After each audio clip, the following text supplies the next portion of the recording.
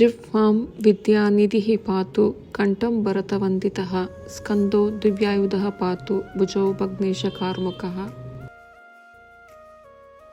ॐ नमो भगवते रामचन्द्राय। ॐ नमो भगवते रामचन्द्राय।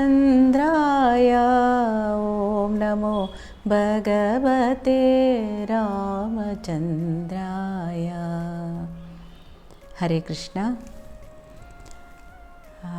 ಕೈಕೇಯಿಗೆ ಮಂಥರೆ ಬಂದು ರಾಮ ಯುವರಾಜನಾಗಿ ಪಟ್ಟಾಭಿಷಿಕ್ತನಾಗಿರುವ ಒಂದು ಸಂದರ್ಭವನ್ನು ವಿವರಿಸಿ ಹೇಳ್ತಾ ಇರ್ತಾಳೆ ಅಂತ ಕಳೆದ ವಿಡಿಯೋದಲ್ಲಿ ಹೇಳಿದ್ದೆ.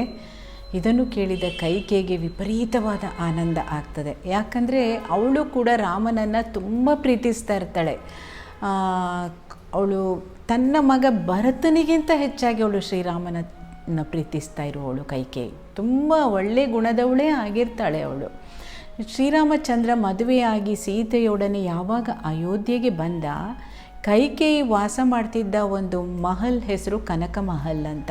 ತುಂಬ ಅಯೋಧ್ಯೆಯ ರಾಜ ಪರಿವಾರದವರ ಅರಮನೆಗಳಲ್ಲಿ ಅತ್ಯಂತ ವೈಭವದಿಂದ ಇದ್ದಿದ್ದು ಕನಕ ಮಹಲ್.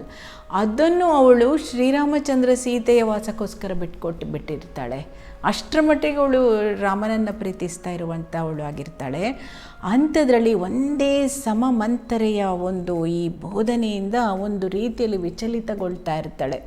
ಯಾಕಂದರೆ ಅವಳಿಗೂ ಕೂಡ ಒಂದು ಶಾಪನೇ ಸಿಕ್ಕಿರುತ್ತೆ. ಏನು ಅಂದರೆ, ಅವಳು ಕೈಕೇಯಿ ದೇಶದಲ್ಲಿ ಅವಳ ತಂದೆ ಹೆಸರು ಸೇನನೋ ಅಶ್ವಪತಿನೋ ಏನೋ ಇದೆ. ಅವಳು ತುಂಬ ಚಿಕ್ಕವಳಿದ್ದಾಗ, ಒಂದು 5-6 ವರ್ಷದ ಹುಡುಗಿ ಇದ್ದಾಗ, ಆವಾಗೆಲ್ಲ ಋಷಿಗಳು ಸಾಧುಗಳು ಹೀಗೆ ಸಂಚಾರ ಮಾಡ್ತಾಯಿದ್ರು. ಅರಮನೆಗಳಲ್ಲೆಲ್ಲ ಅನೇಕ ದೀರ್ಘಕಾಲ ತಂಗುತ್ತಿದ್ದರು. ಹಾಗೆ ಒಂದು ಋಷಿ ಇವರ ಅರಮನೆಗೆ ಬಂದಿರ್ತಾರೆ. ಅವರಿಗೆ ಪ್ರತ್ಯೇಕವಾದ ಒಂದು ಕುಟೀರವನ್ನು ನಿರ್ಮಿಸಿಕೊಟ್ಟಿರ್ತಾರೆ. ಅಲ್ಲಿ ಒಂಥರ ಈ ಋಷಿಗಳ ಸೇವೆಯನ್ನು ಈ ಕೈಕೇಯಿ ಕೂಡ ತುಂಬ ಸಂತೋಷದಿಂದ ಮಾಡ್ತಾ ಇರ್ತಾಳೆ. ಅವಳು ದಿನ ಅಲ್ಲೇ ಇರ್ತಾಳೆ. ಅವರಿಗೇನೋ ನೀರು ತಂದು ಕೊಡೋದು, ಅವರಿಗೆ ಪೂಜೆಗೆ ಹೂವುಗಳನ್ನ ತಂದು ಕೊಡೋದು, ಇಂಥ ಸಣ್ಣ ಪುಟ್ಟ ಸೇವೆಗಳನ್ನು ಅವಳಲ್ಲಿ ಸೇವಕಿಯರೊಂದಿಗೆ ಮಾಡ್ತಾ ಇರ್ತಾಳೆ. ಆ ಋಷಿಗಳಿಗೂ ಕೂಡ ಈ ಪುಟ್ಟ ಹುಡುಗಿಯೊಂದಿಗೆ ವಿಶೇಷವಾದ ಒಂದು ಪ್ರೀತಿಯ ಸಂಬಂಧ ಬೆಳೆದಿರುತ್ತೆ. ಅನೇಕ ಕಥೆಗಳನ್ನು ಅವಳಿಗೆ ಹೇಳ್ತಾ ಇರ್ತಾರೆ. ತುಂಬ ಪ್ರೀತಿಯಿಂದ ಇರ್ತಾಳೆ ಕೈಕೇಯಿ ಆ ಋಷಿಗಳೊಂದಿಗೆ. ಒಂದು ಸಲ ಏನಾಗುತ್ತೆ, ಈ ಋಷಿ ಮಧ್ಯಾಹ್ನ ಊಟ ಮಾಡಿ ನಿದ್ದೆ ಮಾಡ್ತಾ ಇರ್ತಾರೆ. ಅವರಿಗೆ ತುಂಬ ಗಾಢವಾದ ನಿದ್ದೆ ಬಂದಿರುತ್ತೆ. ಈ ಕೈಕೇಯಿ ಪುಟ್ಟ ಹುಡುಗಿ ಅವರ ಜೊತೆ ಮಾತಾಡಲಿಕ್ಕೆ ಅಂತ ಬರ್ತಾಳೆ. ನೋಡಿದರೆ ಅವರು ತುಂಬ ನಿದ್ದೆ ಮಾಡ್ತಿರ್ತಾರೆ. ಎಚ್ಚರ ಆಗ್ಬೋದು ಅಂತ ತುಂಬ ಹೊತ್ತು ಕಾಯ್ತಾಳೆ. ಅವರಿಗೆ ಎಚ್ಚರ ಆಗೋದೇ ಇಲ್ಲ. ಅವಳಿಗೆ ಬಾಲ್ಯ ಸಹಜವಾದ ಒಂದು ತುಂಟಾಟದಿಂದ ಅವಳ ಮನೆಗೆ ಓಡಿ ಹೋಗಿ ಒಂದು ಅಲಂಕಾರ ಮಾಡ್ತಿರುವ ಒಂದು ಪೆಟ್ಟಿಗೆಯನ್ನು ತೊಗೊಂಬರ್ತಾಳೆ. ಅದರಲ್ಲಿದ್ದ ಏನೋ ಒಂದು ಕಪ್ಪನ್ನು ಅವಳಿಗೆ ಇಲ್ಲಿ ಎಲ್ಲ ಬಳಿತಾಳೆ, ಏನೋ ಮುಖಕ್ಕೆಲ್ಲ ಹಚ್ಚುತ್ತಾಳೆ. ಹೀಗೆ ಏನೋ ವಿಚಿತ್ರವಾದ ಅಲಂಕಾರನ ಅವರ ಮುಖಕ್ಕೆ ಮಾಡ್ತಾಳೆ. ಮಾಡಿಬಿಟ್ಟು ಒಂದು ಕನ್ನಡಿಯನ್ನು ಇಟ್ಕೊಂಡು ಅವರ ಮುಂದೆ ಹೀಗೆ ಇಟ್ಕೊಂಡಿರ್ತಾಳೆ. ಎಚ್ಚರ ಆದ ತಕ್ಷಣ ಅವ್ರ ಮುಖ ನೋಡಬೇಕು ಅನ್ನುವ ರೀತಿಯಲ್ಲಿ. ಆ ಋಷಿಗಳಿಗೆ ತುಂಬ ಹೊತ್ತಿನ ಮೇಲೆ ಎಚ್ಚರ ಆಗುತ್ತೆ. ಎಚ್ಚರ ಆದ ತಕ್ಷಣ ಅವರು ಕನ್ನಡಿಯಲ್ಲಿ ಮುಖವನ್ನು ನೋಡ್ತಾರೆ. ಮುಖವನ್ನು ನೋಡಿ ಅವರಿಗೆ ಒಮ್ಮೆಗೆ ಗಾಬರಿ ಆಗೋಗ್ಬಿಡುತ್ತೆ. ಆಮೇಲೆ ಗೊತ್ತಾಗತ್ತೆ ಇವಳು ಮಾಡಿರೋದು ಅಂತ. ಆ ಸಿಟ್ಟಿನಲ್ಲಿ ಅವರಿಗೆ ತನ್ನ ಮುಖಕ್ಕೆ ಮಸಿ ಬಳಿದಿದ್ದಾಳೆ ಅನ್ನುವ ಒಂದು ಸಿಟ್ಟಿನಲ್ಲಿ ಅವಳಿಗೆ ಶಾಪ ಕೊಟ್ಬಿಡ್ತಾರೆ. ನಿನ್ನ ಒಂದು ಜೀವನದಲ್ಲೂ ಕೂಡ ಇಂಥದೇ ಅವಕಾಶ ಬರಲಿ, ನಿನ್ನ ಮುಖ ನಿನಗೆ ಯಾರು ನೋಡಲಿಕ್ಕೆ ಇಷ್ಟಪಡದಂತಹ ಒಂದು ಅಪಕೀರ್ತಿ ನಿನಗೆ ಬರಲಿ ಅಂತ ಅವರು ಶಾಪ ಕೊಟ್ಬಿಡ್ತಾರೆ. ಪುಟ್ಟ ಹುಡುಗಿಗೆ ಅಷ್ಟೇನೂ ಗೊತ್ತಾಗಿಲ್ಲ. ಆಮೇಲೆ ಅವರು ಅಲ್ಲಿಂದ ಸಿಟ್ಟಿನಿಂದ ಹೊರಟುಬಿಡ್ತಾರೆ. ಹೊರಟುಬಿಡುವಾಗ ಅವ್ರದ್ದು ಇಂಪಾರ್ಟೆಂಟ್ ಏನೋ ದೇವ್ರದ್ದು ಏನೋ ಒಂದು ಸಾಮಾನ್ಯನಿಟ್ಟಂಥ ಒಂದು ಪೆಟ್ಟಿಗೆಯನ್ನು ಅವರು ಮರೆತು ಹೋಗ್ತಾರೆ. ಕೈಕೇಯಿ ಅದನ್ನು ಇಟ್ಕೊಂಡು ಓಡ್ತಿರ್ತಾಳೆ. ನೀವು ಬಿಟ್ಟು ಹೋಗಿದ್ದೀರಾ, ತೆಗೆದುಕೊಳ್ಳಿ ಇದನ್ನು ಅಂತ ಓಡ್ತಾ ಇರ್ತಾಳೆ. ಅವಳಿಗೆ ಯಾವುದೂ ಅವರಿಗೆ ಶಾಪ ಕೊಟ್ಟಿದ್ದು ಅದರದ್ದು ಏನು ಫಲ ಅದು ಯಾವುದೂ ಅವಳಿಗೆ ಅದರದ್ದು ಆಳ ಅವಳಿಗೆ ಅರ್ಥ ಆಗಿರೋದಿಲ್ಲ. ಅವಳು ಅದನ್ನು ತೊಗೊಂಡು ಹೋಗುವಾಗ ಆ ಋಷಿಗಳಿಗೆ ಒಂದು ರೀತಿಯಲ್ಲಿ ಒಂಥರ ಮನಸ್ಸು ಕರಗುತ್ತೆ.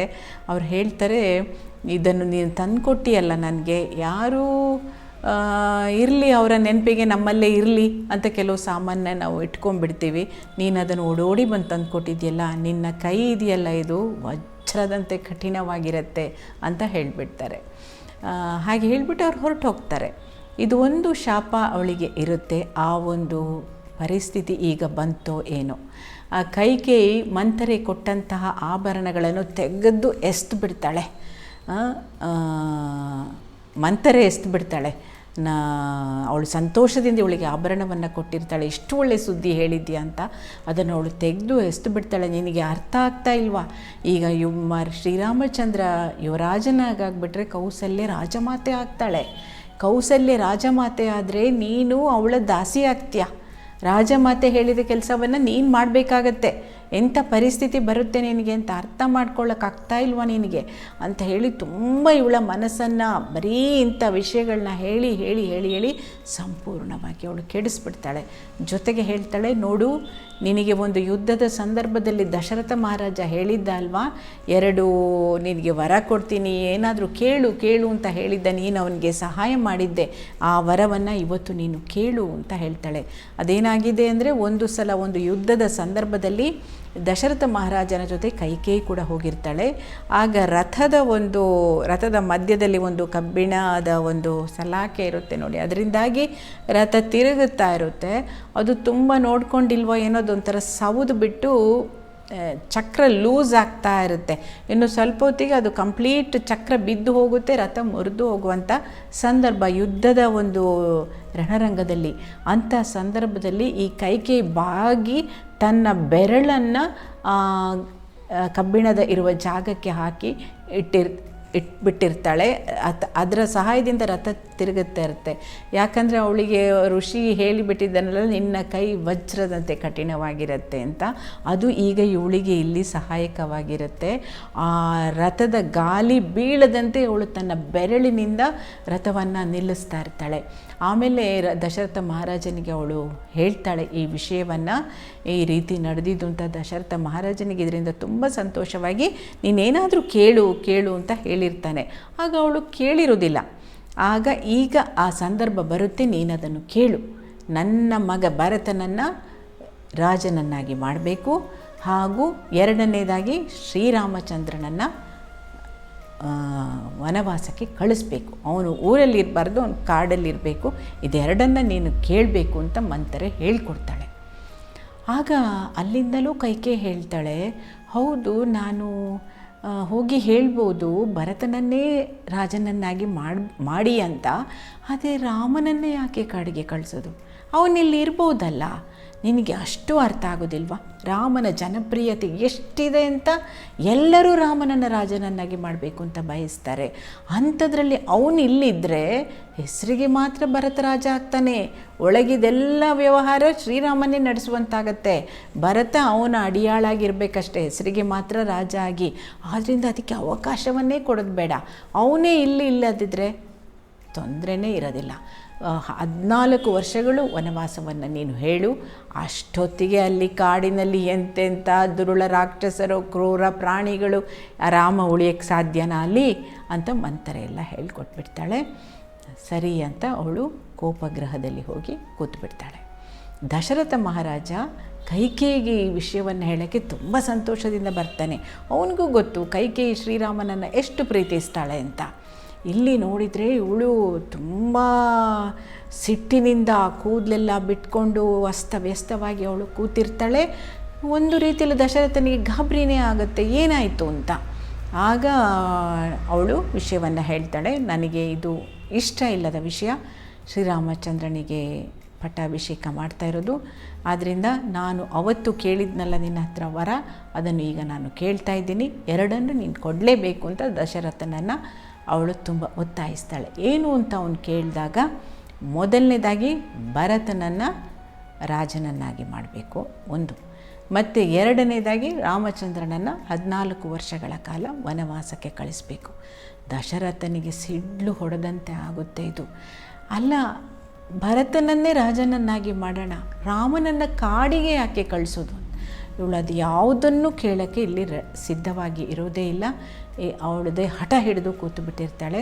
ದಶರಥ ಅಂತೂ ಅವನಿಗೆ ಮಾತೇ ಬರೋದಿಲ್ಲ, ಅಷ್ಟೊಂದು ದೊಡ್ಡ ಆಘಾತ ಆಗಿರುತ್ತೆ. ಇಷ್ಟು ಒಂದು ಮೃದುವಾಗಿದ್ದ ಮನಸ್ಸು ಇಷ್ಟು ಕಠಿಣ ರೀತಿಯಲ್ಲಿ ಬದಲಾಗಿದ್ದು ಹೇಗೆ, ಯಾಕೆ ಈ ರೀತಿ ಆಯಿತು ಅಂತ ಅವನು ತುಂಬ ಒಂದು ದುಃಖದಲ್ಲಿ ಇರ್ತಾನೆ. ಆಮೇಲೆ ಅವನು ಅಲ್ಲಿಂದ ಹೊರಟುಬಿಟ್ಟು ಕೌಸಲ್ಯ ಹತ್ರ ಬರ್ತಾನೆ.